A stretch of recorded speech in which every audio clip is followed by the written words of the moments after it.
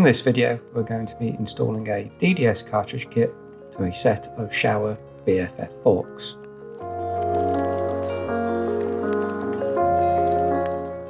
We're going to start by removing the top cap, installing horseshoe tool, and then installing spring split plate underneath the top cap locking nut.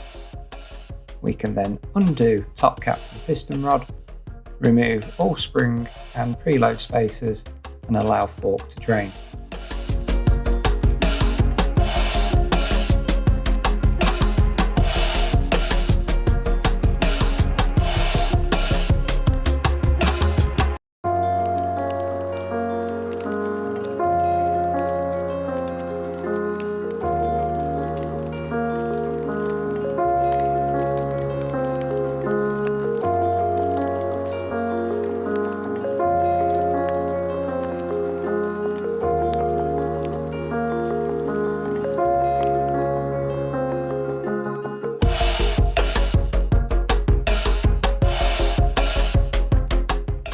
You can now remove the 2mm Allen key grub screw from the inside of the fork bottom. This will be Loctited in. Some heat may be necessary.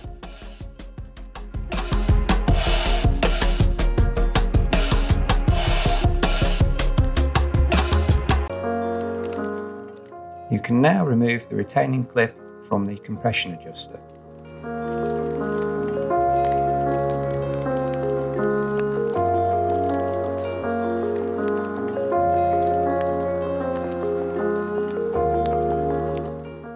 You can now remove fork tube, install tube clamp with correct insert.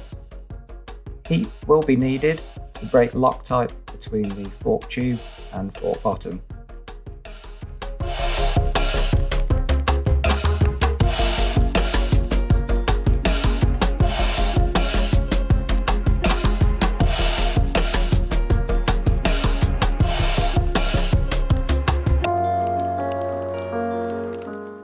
Once enough heat has been applied, Loctite will soften and fork tube can be removed.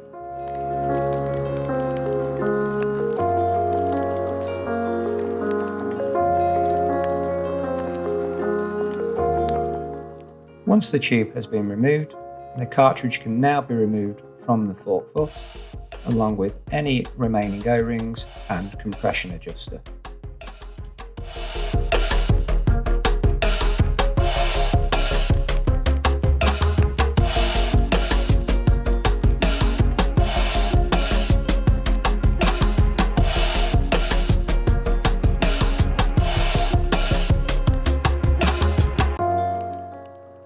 You can now install retaining cup into bottom of fork tube. Ensure to grease both O-rings before installation. Be careful not to pinch O-ring on fork tube.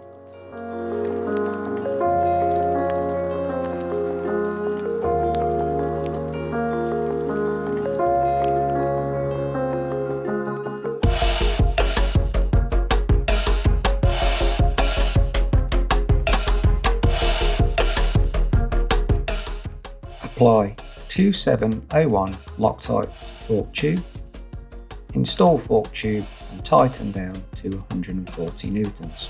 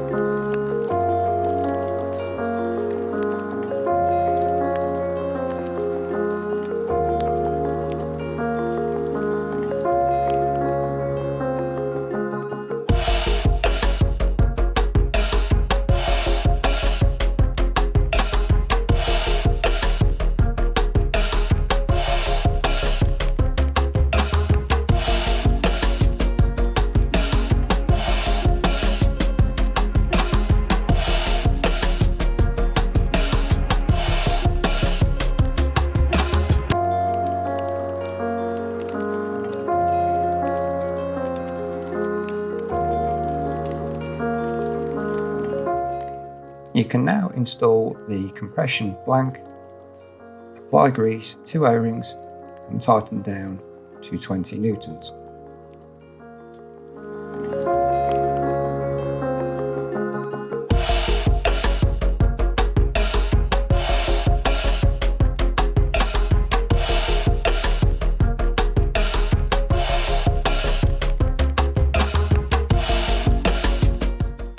Reinstall 2mm grub screw and tighten to 3 newtons.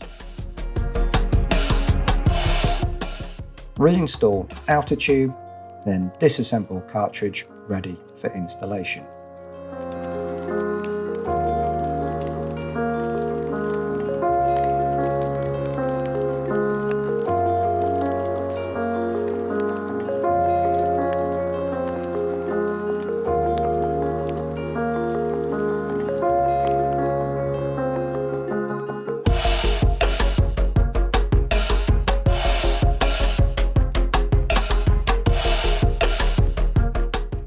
Grease threads on damp tube assembly, install into fork leg and tighten down to 40 newtons.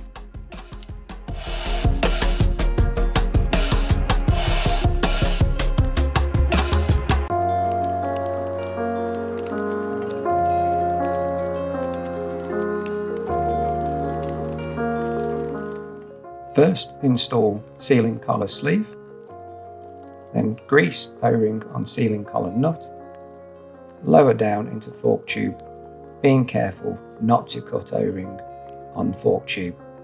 This may be difficult to get down. You may need to use cartridge tool to help lower sealing collar nut into correct position.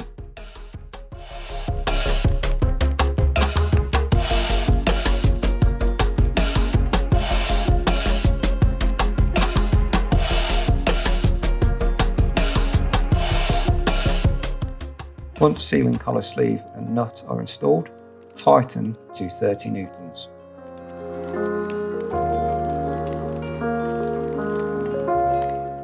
Next, fill the fork with K-Tech specific fork oil, ensuring the oil is 2 inches above the cartridge.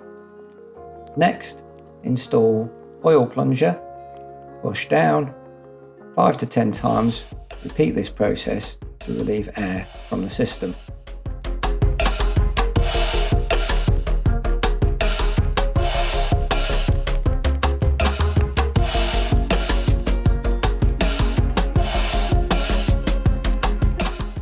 Note, this step is only needed for the compression leg.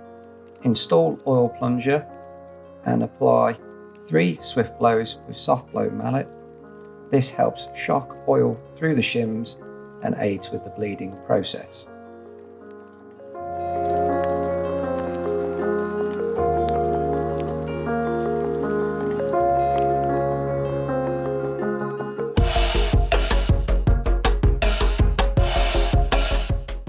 Once all the air has been removed from the system, you can take our piston rod, install cartridge tool, apply pull-up tool.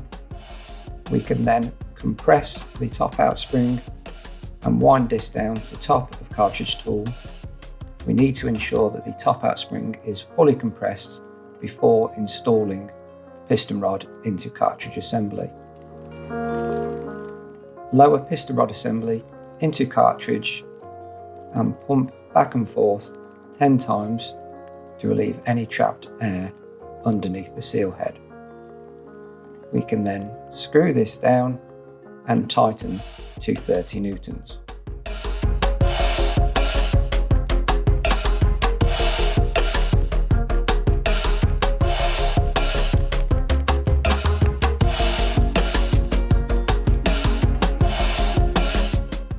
You can now remove the cartridge tube and check system for pressure.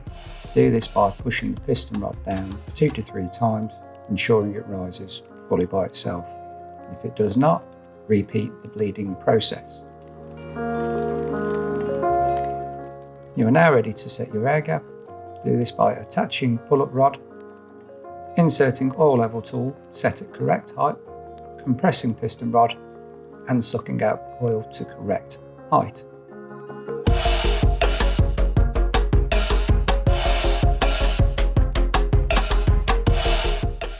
You can now install your preload spacer, holes facing down, correct spring rate, spring pusher and top cap.